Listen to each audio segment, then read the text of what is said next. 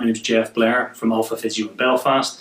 Today I'm going to chat to you a little bit about one of the most common problems, most common injuries people will see who venture into the gym, and that is that of shoulder injuries. Shoulder injuries are pretty complex, but they can also be very, very common. So ultimately today I'm going to try and give you a little bit of insight into one of the most common shoulder problems that you can basically get.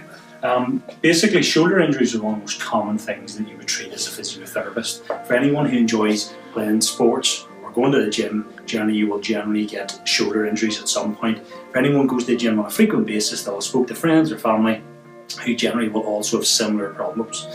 Quite commonly when people get shoulder problems, they'll find that they get some degree of ache maybe in their shoulder or a little bit of sharp pain with certain movements. The most common shoulder problem I treat is a thing called impingement syndrome. Impingement syndrome is basically due to the shape of the shoulder. The upper arm basically is called the humerus and the shoulder is called the scapula. These two structures have to work together synergistically in order for you to move your arm through range and up overhead. So if you're doing exercises like an overhead shoulder press, even a bench press, these two things need to work together. The big problem is that where the two connect is basically a ball and socket. The socket itself is quite shallow, so therefore to add a little bit of depth we have an extra lip around it, a thing called a labrum, and that is held together by a series of ligaments called a capsule. Overlying the capsule is where the problems generally start. Overlying that we have four muscles, often referred to as the rotator cuff. The rotator cuff are four small muscles in the shoulder, giving extra stability to it. One sits in here on top of the shoulder blade, two sit at the back, and one sits underneath. It's this one on top generally is the one that causes most people problems, a muscle called supraspinatus. Its point in life is to lift your arm out to the side. So for anyone when they're doing lateral raises or upright rows, generally getting pain on the outside of their shoulder, this would be the most common reason for it. Impingement syndrome is that when your arm comes out to the side, this bony prominence, called the greater trochanter, hits off this bony prominence called the acromion. When doing so, it nips the tendon that lies between it. So how we can generally deal with that is to try and prevent that nipping from occurring is in order to strengthen those muscles and also create a little bit of better stability. Getting a bit of heat into the muscles before you do exercise in the gym is one of the best and simplest ways to try and prevent this injury from occurring. One of the first exercises that everyone should do in the gym, whether it be a day where you're doing your chest, your shoulders or your back, but particularly on shoulder day, is what's called an empty can side raise.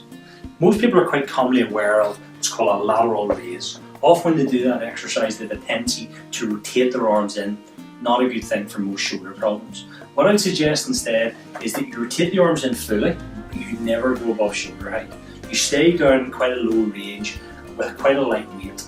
The idea behind this exercise is just to get the muscles used to working. So you're working in a low resistance, 1, 2, 3, 4 kilograms maximum, and you're working with quite a high rep range. 20 to 30 repetitions, 2-3 sets of this. You're trying to feel like you're gently squeezing your shoulder blades together in the back, keeping your back, your hands facing forwards, thumbs facing in towards you, the dumbbell facing out to the side. So this is exercise number 2. It's called external rotation strengthening. Lying on your side, holding a dumbbell in your hand, all you're doing is very gently rotating your hand up towards the ceiling. Just a nice slow motion. You're aiming to get quite a high rep range, about 30 repetitions, maybe 2, 3, even 4 sets. The idea behind it is not really to overtly tax your shoulder, it's to get it warmed up, get blood flow into it. The third exercise you can perform is simply the opposite movement. Swapping the dumbbell into the other hand, elbow tucked in by your side, again on the side of the bench or on the floor, you're rotating your hand up across your stomach.